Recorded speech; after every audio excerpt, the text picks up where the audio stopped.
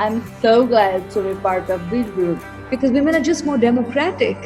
Even when they lead, they listen. I silenced myself.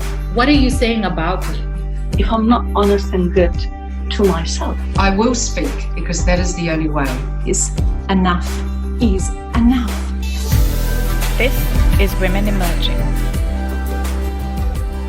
Welcome, welcome, welcome.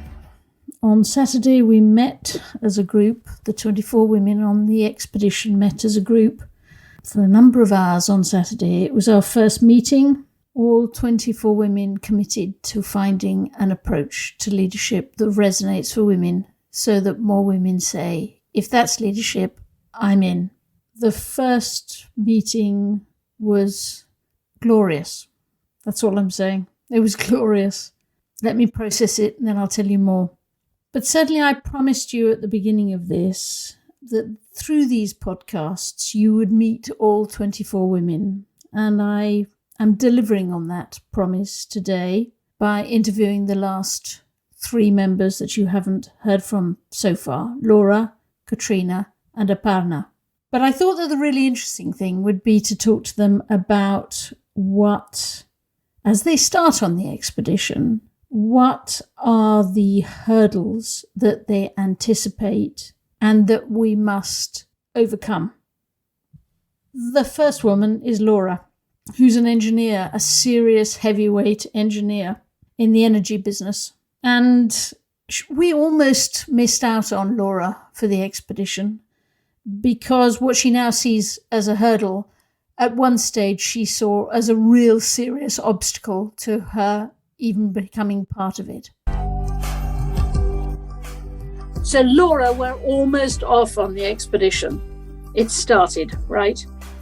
And if the truth be told, we almost lost you to the expedition, didn't we? You almost didn't join. And it's because you were worried that we were going to fall into a trap. And I feel that the great thing about having you on the expedition is that you're going to make sure we're not going to fall into this trap. Is that fair? That's absolutely right. Spot on. Yes. The reason why I almost didn't join the expedition is that actually what scared me and maybe concerned me is that it's a women-only expedition.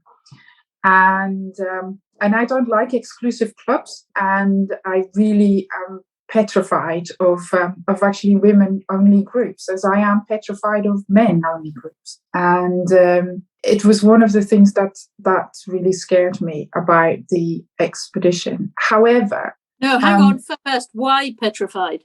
Petrified because I really thrive in a group that is diverse and where I can see and hear different points of view and different angles coming. And I always struggle to see that in a less diverse group. And also women-only groups kind of remind me from school days and maybe, elements of girl-only groups that I really, really didn't enjoy. And as a result of that, I've always veered towards either diverse groups or maybe even, more male groups.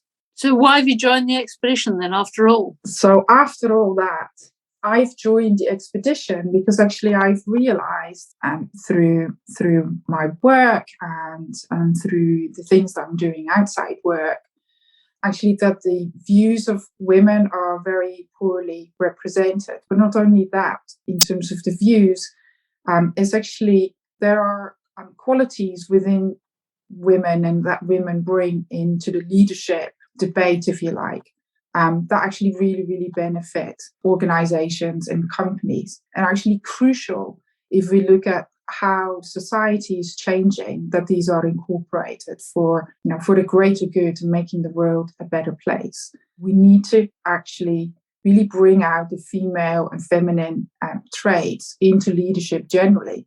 And actually, that doesn't really matter whether it's feminine or masculine. I also see it as a responsibility for myself to bring these pieces to the leadership debate and actually have this now integrated. And at the same time, I believe that bringing out the feminine traits into leadership will then at the same time also encourage other women to join leadership and actually also step up into leadership roles. So it's a two-pronged approach and therefore totally not exclusive. And I would think that you're going to be on the lookout over the next few months. Now, what are you going to be on the lookout for? You're going to be looking out for how do we bring femininity into leadership without making leadership feminine? Does that make sense? Absolutely. So if we look at, for example, if I can name a particular trait that sits on the feminine side, which is, collaboration. In the world that we're moving into, and actually we already live in, collaboration is key across absolutely everything that we do. And actually women have a huge amount there to offer where, I dare say, men can learn. But we need to also not have that exclusive to women. So it needs to be brought together with the men. And then what I will be looking out for during the expedition is that, the type of leadership, I suppose, that we start to develop that resonates with women is not going to be exclusive for women, but will be fully resonating, not just with women, but also with men. And you've spent your life in the energy world. Yes, I have. A very male-dominated energy world with still lots and lots of issues around diversity and inclusivity. And does that mean you've become increasingly radical? I think actually maybe in the last couple of years I have, and actually I can explain why. Only in the last couple of years. I think what we're very good at as women, maybe as a species as well, is assimilating. So we kind of adapt to our surroundings. And, maybe even as women start behaving a bit like men and start taking over those traits. But actually what I've come to realize over the last couple of years is that it's only going to get me so far, and actually need to show up as to who I am and what I bring in order to really come to my full potential. And not just for my benefit, but to the benefit of the company that I work for and the people I work with, and for what is my long-term vision and my long-term goal. So Laura the Radical. A radical. Who would have thought that, eh? Has this changed how you lead, Laura? This last week has been so interesting because I've actually seen the effect of using my voice and actually doing that, what I just said, showing up as myself. And it's been amazing. And just to give you an example, particularly is sketching basically what it is that we're trying to do, particularly in this hydrogen business, how it gets us to work towards the future. And rather than focusing on the here and now in a particular project. And it seemed like no one had really thought about that. And not just keeping it in my head, but actually sharing that with the rest of the team. It's kind of galvanized the whole team together. And this happened in a matter of an afternoon. I was absolutely astonished how quickly this happened, right? And also kind of showing the vulnerability and saying, well, I don't know and I don't have all the answers, but I'm asking you to help and share your ideas and let's put it together and see where we go. And just not the fear of speaking up and sharing and not thinking that you need to have all the answers before you can speak up. It's just been incredible, really. There are many women who avoid women-only groups, and the expedition has to appeal to them as well. So it is absolutely crucial, as you can see, that Laura is one of our members. The next person is Katrina. She also almost missed out on the expedition, but for very different reasons. She was ill and has been ill for some time. She's a Paralympian who, as she'll explain to you, largely ran herself into the ground. But let's start by unpicking this superwoman outfit she once wore. Katrina is a real there's a real danger that the expedition becomes a sort of intellectual pursuit and it forgets that we are all physical human beings. You told me once that you once wore, this is years ago, I think, wore a Superwoman suit. How did someone con you into doing that? I did actually, Julia. A friend of mine who's a photographer was putting together a series around actually gender issues, and she asked if I could be, her subject. And I did. I wore a Wonder Woman outfit. We took photos in the supermarket of me doing the shopping. We took photos of me at work. We took photos of me holding the baby, hanging in the washing out, flying around the city, and then, coming home and being that sexual goddess to my husband and, talking about women trying to do everything and be everything with a beautiful smile on my face. And everything was happy and there was no problems at all. So isn't that interesting? Some 20 years ago, I did that. And have things changed? Not really too sure. Not really too sure. I think the thing that's so interesting is that you sort of, with all the talk about well-being, and it's so strong, what about the sense of, pile it on, I can take it all. Well-being, yeah. And that's what we all do. Yeah. But pile it on and almost I'll deal with the physical. Does any of that resonate? Yeah, look, it's a challenge for all of us, and particularly over my career coming from high-level sport, I certainly realized coming from sport that you couldn't pile everything on because your product was your physical. And so that was a wonderful background to have, to know if I keep piling stuff on as an athlete, when I get out there on the track and try and run 400 meters and run a personal best at a games in front of the world, I'm not going to actually achieve that. And you know what? I didn't in Sydney, Julia. I actually lost, I didn't lose gold because I never had it, but I won silver and won a bronze in Sydney. And the major thing after coming back from those games is I was really disappointed because I actually didn't even run a personal best. So after those games, I actually sat down with my psychologist because I felt like I'd failed in some way because I didn't run a personal best. And we unpacked, how my life was then. And this is without kids. This is, I was married, but without kids. And I had said yes to every opportunity that had come my way. And, I was younger then. I was 23 at this point in time. And I really did ignore my physical. I was getting to training, I was getting to work, I was studying. And when my psychologist sat down with me and we looked at everything that I was doing, everything that I had on my plate leading into the Sydney Paralympic Games, she said to me, Katrina, there is no way you could win gold medal. There is no way you could personal best because you're performing, at a silver level or a, worse level in every aspect of your life. Look what you've taken on. And I looked at it and I went, wow, like it was such an incredible learning. And from that time, she said, if you want to be known as being a silver medalist or, a bronze medalist, not even a medalist, if you want to be okay at things, then just keep things as they are. But I know deep down that you would love to get back to that gold medal level. So you need to make some significant changes. So I did, and put a lot of boundaries in place, and got back to the 2004 Athens Paralympic Games and did get to a personal best level with a gold medal, which was extraordinary.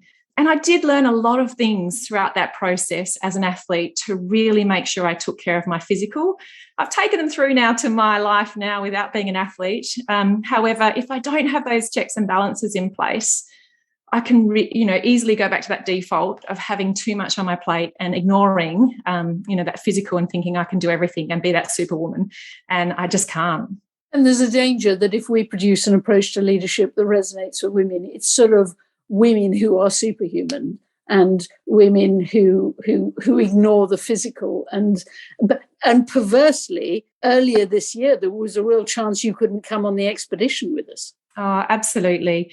Yeah, look, I was, I have some great tools, and excellent tools, as I said, as someone that has won gold on numerous occasions. I have a pretty good resource kit.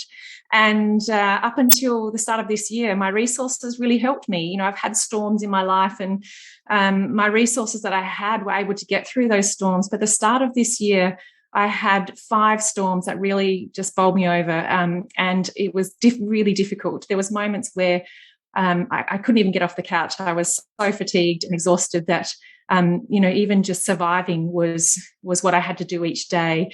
And it was difficult. And I know, Julia, you were sending me messages to tell me about this wonderful expedition. I could hardly respond to those messages. It was a really, really scary situation because I didn't know how long I was going to be there for and how I was going to get out of it. And I did. But I've definitely learned even from that situation that I've got to put more things in place. And someone like me who has been very successful at it, now I've got 3 kids and I do run my own business and life is extremely busy. That there's more things that I need to put in place to really take care of that physical. I think that's and just going back, it was, of course, in a funny way, if I'm right and if I'm not interfering too much and asking too much personal questions, it was sort of multiple storms that all sort of came into a perfect storm, wasn't it? It's funny. It's the sort of boiling frog thing, isn't it? You just become, and you don't notice that there's too many coming. Yes. And Julia, now I've had some time to get through it and my health has come back. I've really reflected on the last 2 years, and the last 2 years has been, extremely difficult. There's been so much uncertainty. I worked incredibly hard. For someone that works in an industry that brings people together, and to have to, really use that word pivot to change. Even when I put things on, they'd get cancelled. And then, just the amount of uncertainty. I flew to Tokyo to work with Channel 7 at the Paralympic Games, which is amazing. Then I came home to do 29 days of quarantine. So it was like everything I did in the last 2 years, I did well, but I came home and my energy was being depleted more and more. And by the time I got to December last year, I was pretty tired. I was hoping to have really good time, rest over the Christmas break, then had a musculoskeletal injury, which did come about from me doing a lot of computer work and even being a physio. I should have watched out for that caused my sleep to be disturbed. I then got coronavirus on top of that. And one of the most difficult things was getting a diagnosis, a difficult diagnosis of my dear mother, and having to look at all of that. So it wasn't only the physical, it was emotional and mental that really, took a toll. And I really struggled with that. I really struggled with having to surrender. I'm someone that for my life to date has been able to do incredible things. I have an amazing amount of energy and I've got wonderful things in place that probably what I realized were maintaining my level of energy. And when this perfect storm hit me, there wasn't anything else I could do. In fact, it was probably the universe saying, have a rest, have some time to rest and recover and come out of this in a different way. I actually used it as a reset. And I'm still in that now. And I'm asking myself, a lot of really good questions around, well, what does, for me, who's someone that spends a lot of time speaking and consulting in my own business, I've never asked myself this question is what is booked out? If I got a certain amount of bookings in a month, I would take them if I could physically get to them. If I could physically, do one after the other, I would take them. And now I'm really asking questions around, well, what is booked out? Like I've never put boundaries in place like this before. And I know if I don't, and I can continue on working in that way, having that crisis at the start of the year, that time to actually, surrender, I know that could happen. And it was a really good wake-up call to say, well, what are those new boundaries? What would I like to do? What is soul food for me, that when I take the time to do those things in a week, that could really keep me going at a deeper level, instead of just having those maintenance things like doing a walk every day or doing some yoga. It's actually really taking the time to go another layer, which I think is incredibly important for women, is nurturing our own souls and maybe mothering ourselves. Mothering ourselves, it's a good and useful expression. Without doubt, the expedition must avoid this hurdle of the superwoman. None of us want to be anything to do with it. Now I think sit back and listen to Aparna. Aparna's hurdle is that she's demanding that the expedition does not just focus on external issues of leadership, but that it looks hard for the tools of leadership that women have within themselves. She explains this much better than I do. But I started by reminding her of an expression, of something that she said to me when we first met, and asked her to explain it. She said, "We have to avoid the monolithic definitions of what it is to be a woman." I'll say that again. We have to avoid the monolithic definitions of what it is to be a woman. What did she mean? When we hear the phrase women's leadership, the focus ends up on leadership rather than women half the time, right? We see that all the time, right? The focus is on what it is that she's going to do, but they forget who the she is. And I think this is a universal experience, because leadership is such a coveted quality. It's a quality that is put on a pedestal, but we don't actually really know what it is. And then everybody is enamored by that quality. Everyone aspires to have that quality. And then women and women's leadership, it just becomes, this little suffix. There's an assumption that there is a universal idea of leadership, and women's leadership is a subset of that universal idea. And what I would really like for us to challenge is, can we put the woman first in leadership and recognize that when a woman leads, she can lead very differently than what the world has assumed leadership ought to be, because there are tropes. I mean, between management schools and management education and political leadership and the forms of masculine ideas of success that have overcome this world and have led it to the place where we find ourselves, falling between cracks and caught in fractures and in our own fragmented selves. The idea of who a woman is just gets so flattened out. And a woman is not a monolith. I mean, this is not to say that men are monoliths. They're not either. But given the structure of power relations between the genders in societies across the world, I think it is worth wedging open and really taking apart this idea of what it means to be a woman, to find the source of power inside it and let leadership emerge from that, rather than let women be a subset of this great universal idea of leadership. And with that, I want to just sort of place before you, something that we often do when we say something like, women are not monoliths, the idea of a woman is not a monolith. What we hear now in popular discourse is the idea of intersectionality, right?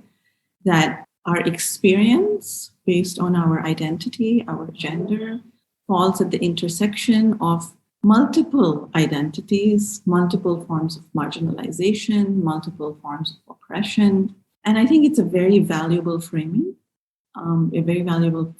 for social justice, to help us recognize that at the intersection of multiple forms of marginality and oppression can lie, a varied set of ways in which women can identify themselves. But I would also, urge us to flip that around a little bit, because, do we always have to arrive at our power from powerlessness, from marginalization, from oppression?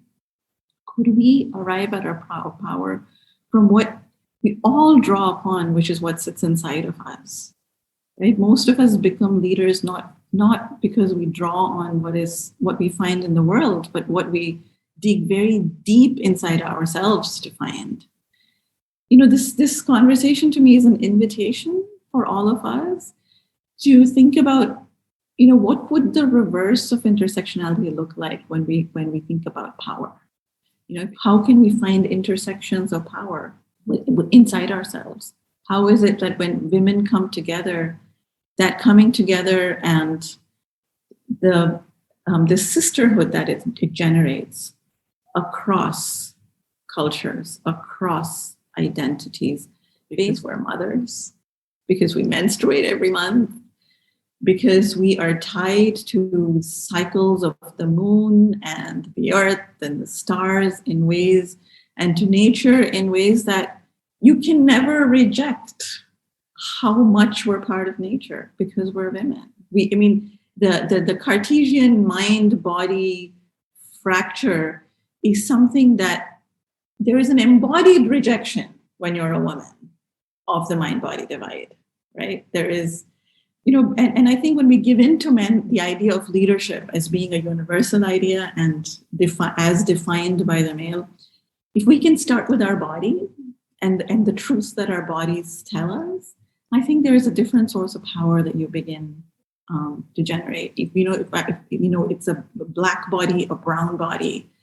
I mean, of course, my experience as a brown woman and the experience of my sister as a black woman will be different than your experience as a white woman. But we're all connected to our nature of womanness, of womanliness, in a way that, we find limited space for that conversation about how can leadership emerge from that, rather than from an idea that leadership is about resting, it's about control, it's about being directive. Aparna, where does faith play into this? Faith. You're bringing me to the most difficult, if the most, I think, relevant thing for us to think about. In today's world, when we live, there is a fear that is generated for those of us who consider ourselves to be liberal-minded and progressive and who believe in human rights, that faith is divisive. It leads to fundamentalist thinking. It is regressive. Because I think at some level, the idea of the secular has been co-opted in ways that has stripped both individual and collective means for us to access our inner power. And faith to me is really the mechanism through which we access our inner power, and not just the label that we give to the religious tradition that one might be born into or that one might choose to adapt. Because I think to allow the word faith to be co-opted by the idea of religion or organized religion has done women a lot of disservice, because we know how deep forms of patriarchy and misogyny have embedded themselves into and generated a lot of power through structured forms of religion. But women all over the world and through time have been holders of the secrets of faith. They've been hunted down and punished for the power that they've been able to generate because of their ability to reach deep down inside and access their inner resources of power. And that to me is faith.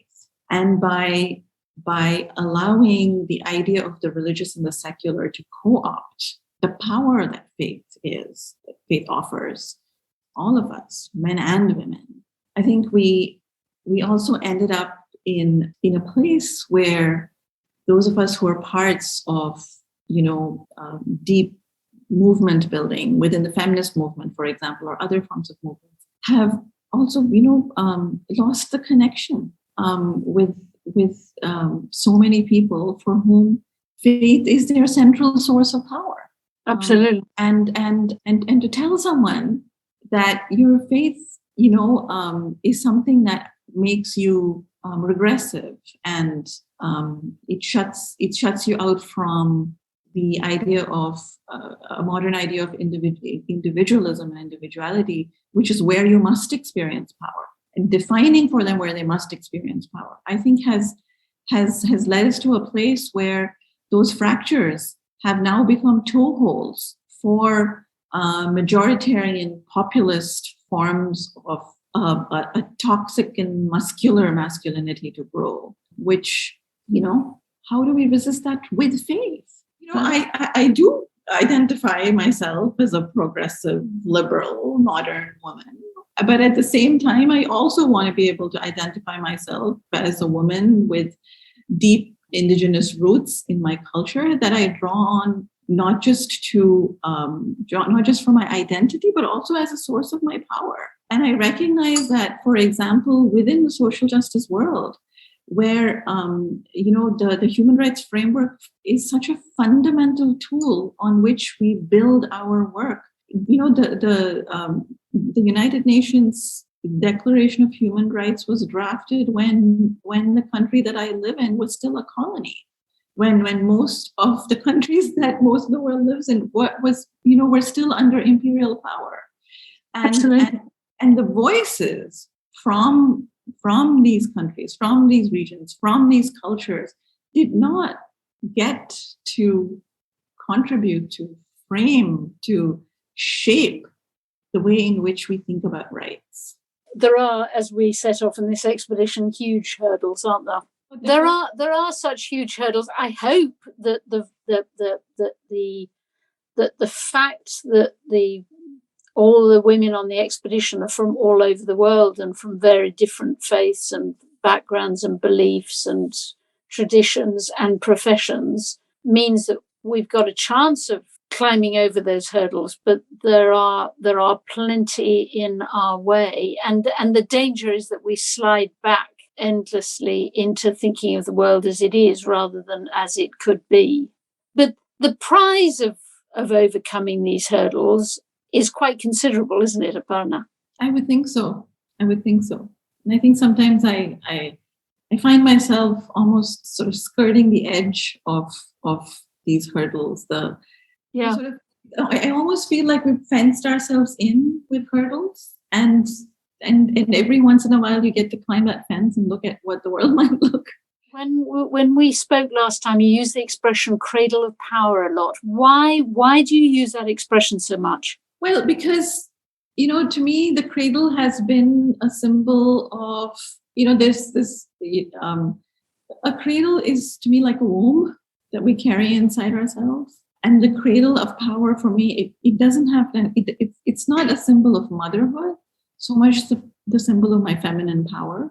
And faith to me is the access to that feminine power, which doesn't have anything to do with the outer world. It has to do with me and what I carry inside of me, just because I exist. Yes, as you say this, you are serenaded by the birds that are around you that I can hear. Yes, I'm very fortunate to be in this beautiful garden, the Lodi Garden in New Delhi, and we have thousands of trees and hundreds of birds. And to me, just, that cradle is also my place where I reconcile the outer world with my inner power. It's also the space where I prepare myself to claim my rights as a woman in the public sphere, which is where power plays out in the world. But I really believe that playing out of that power is something that we need to find ways, mechanisms,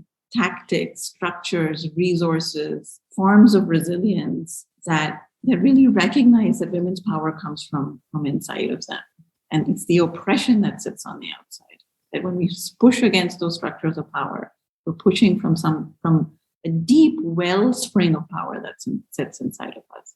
This is not to minimize in any way the horrendous forms of oppression that history and culture and civilization have imposed on us women, but to think that the tools are also only to be found in the external world. I think we're doing ourselves a disservice. We end this podcast with the birds in my garden, thousands of miles away from those that Aparna can hear in Delhi. They are beautiful sounds, but certainly in my case, the wind is blowing in the background. And it seems fit, because as we start this expedition, the world is a pretty frightening place, and I certainly feel the fear.